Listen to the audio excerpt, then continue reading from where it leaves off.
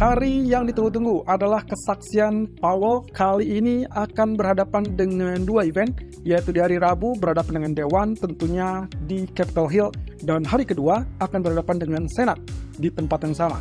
Namun kali ini jangan lupakan juga bahwa di jam 1 siang kita akan melihat rilis data inflasi Inggris yang kemungkinan akan memberikan gambaran kira-kira apakah BOE besok akan menaikkan atau tidak.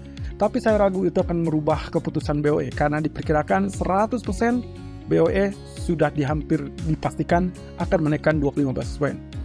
Kita lihat uraian berikut ini. Oke, kunci rilis event untuk minggu ini. Semua sudah dirilis dengan angka sesuai dengan ekspektasi, yaitu terkait dengan pemangkasan suku bunga dari China. Tapi sayangnya sampai detik ini kita belum mendapatkan kepastian terkait dengan kapan fiskal stimulus tersebut akan diumumkan. Dan saya punya beberapa fakta yang cukup mengejutkan yang mungkin bisa menjadi patokan kita. Tapi sebelum itu, data inflasi dari Inggris akan menjadi sorotan di jam 1 siang hari ini. Lalu kemudian di malam hari kita akan terfokus dengan pernyataan Powell. Dan semua akan terfokus dengan apa yang disampaikan atau yang akan dijelaskan oleh Powell kepada parlemen. Tentunya hal ini harusnya tidak akan merubah keputusan Fed yang sebelumnya sempat memberikan gambaran masih bisa untuk melakukan kenaikan 2 kali lagi di sisa tahun 2023. Tapi permasalahannya adalah anggota Dewan ataupun bahkan Senat merasa ingin tahu apa penjelasan yang paling masuk akal karena dinilai keputusan Fed kemarin adalah membingungkan. Ya, pasar sampai saat ini masih menunggu terkait dengan stimulus China dan kapan akan direalisasikan. Sepertinya so far kita belum mendapatkan petunjuk apapun terkait dengan hal tersebut.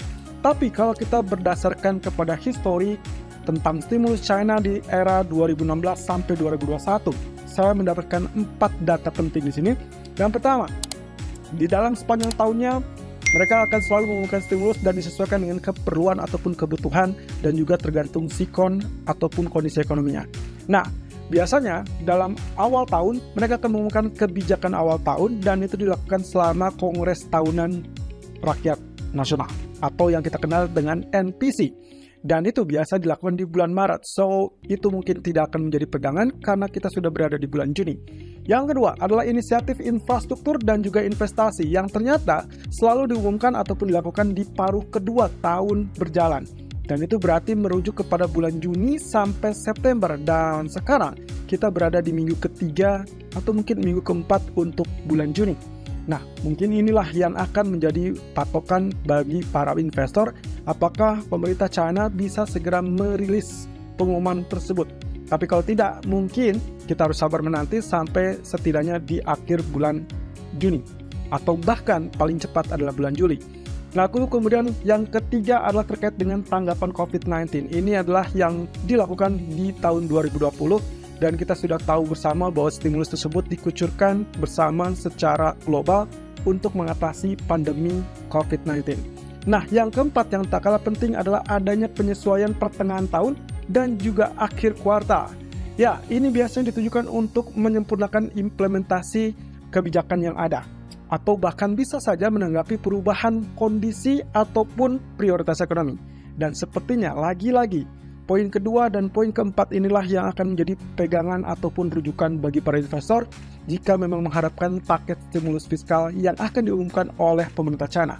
Ya, merujuk kepada hal tersebut, minggu lalu sempat dikatakan bahwasanya mereka sedang menggodok dengan angka 140 miliar dolar atau kurang lebih 1 triliun yuan. Nah, kita tinggal tunggu saja apakah dia akan muncul di akhir bulan Juni atau mungkin di awal Juli. Tapi yang jelas menurut sejarahnya ini bisa menjadikan pegangan kita. Tapi jangan diharapkan terlebih dulu karena kita masih tetap harus fokus dengan event berikutnya, yaitu Powell speech di malam hari.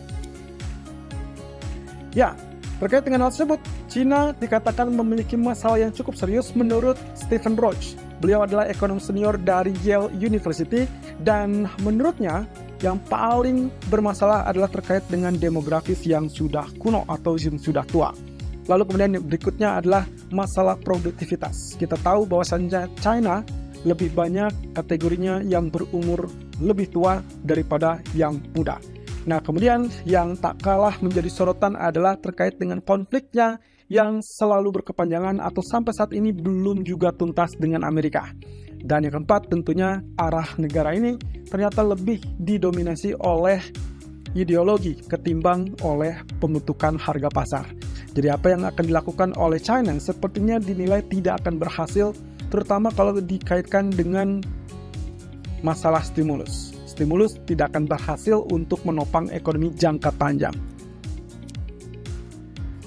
Ya, data perumahan Amerika melonjak cukup kuat dan ini yang membuat kekhawatiran market tadi malam, sehingga akhirnya Anda bisa lihat pergerakan turun yang cukup drastis dari gold dengan angka 1950-an lalu kemudian turun sampai kurang lebih 1929. Bahkan indeks saham pun mengalami penurunan yang cukup drastis dan ini adalah kenaikan yang cukup tinggi sejak Oktober 2016. Bayangkan building permit atau izin bangunan dari kurang lebih ekspektasi 0,6% basis bulanan ternyata di-list dengan angka 5,2%. Terjadi lonjakan kenaikan dari 1,49 menjadi 1,416 juta. Dan ini tentunya akan menjadikan permasalahan yang sangat serius. Apakah nantinya ini menjadi landasan bagi Fed untuk tetap menaikkan suku bunganya atau tidak? Ya, saya rasa bukan hanya patokannya kepada inflasi semata, tapi juga inflasi dari sektor perumahan bisa saja terjadi. Apalagi dengan data yang cukup kuat seperti ini. Ya, kita tinggal tunggu saja apa alasan Powell sebetulnya di balik keputusan menunda kenaikan di bulan Juni, tapi terbuka untuk kenaikan Juli ataupun bahkan September. Data ekonomi hari ini akan dipicu dengan di jam 1 siang. Kita akan lihat inflasi dari Inggris yang diperkirakan atau diharapkan turun 8,4%. Berkaca kepada status sebelumnya, lagi-lagi saya ingatkan, pound sterling selalu gagal mengalami kenaikan setelah rilis data. Dan itulah sebabnya skenario buy on rumor sell on fact saya rasa masih tetap akan membayangi pound sterling. Itu berarti kalau Anda lihat dengan pound sterling mengalami spike ataupun kenaikan secara singkat, perhatikan saja areal resisten, lalu kemudian kemungkinan siap-siap mencari pembalikan arah.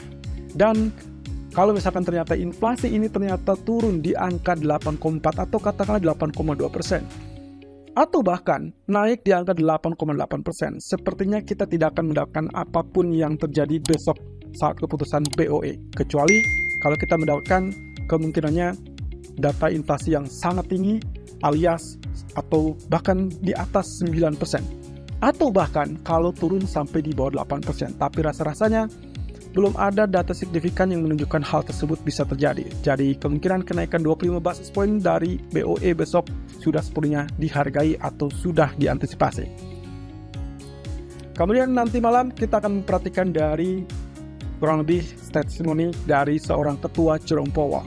Dan apa yang akan dilakukannya adalah memiliki tanggung jawab untuk menjelaskan duduk perkara ataupun alasan kenapa Fed memprioritaskan untuk kenaikan di sisa tahun ini. Karena baik Republik ataupun Demokrat sepertinya agak khawatir, apalagi merujuk kepada kasus gagalnya sektor perbankan karena kenaikan suku yang sudah cukup tinggi.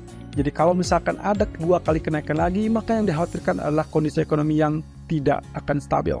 Dan itu kemungkinan tanda-tanda bisa saja didorong dengan pengangguran yang cukup tinggi. Tapi sampai saat ini pelonggaran mungkin sudah didapatkan, terutama kalau kita lihat dari klaim pengangguran. Tapi data non-farm payroll yang masih cukup kuat, dan itulah yang membuat kenapa Fed cenderung tetap untuk menaikkan suku bunga. Kecuali kalau kita lihat dalam waktu mendatang, kurang lebih 2 minggu ke depan, mungkin saja kalau misalkan inflasi CPI Amerika mengalami penurunan di bawah 3,5%. Jadi pada intinya adalah kita akan mencoba untuk fokus terlebih dulu kepada Powell, tapi jangan abaikan pula dengan potensi yang bisa terjadi secara mengejutkan. Bisa saja China mengumumkan sewaktu-waktu terkait dengan stimulusnya. Tapi untuk saat ini saya rasa semua market cenderung lesu dan semua cenderung hati-hati dengan apa yang akan dikatakan oleh Powell, karena perkiraan tidak akan ada perubahan yang signifikan terkait dengan pernyataan yang hawkish di minggu lalu.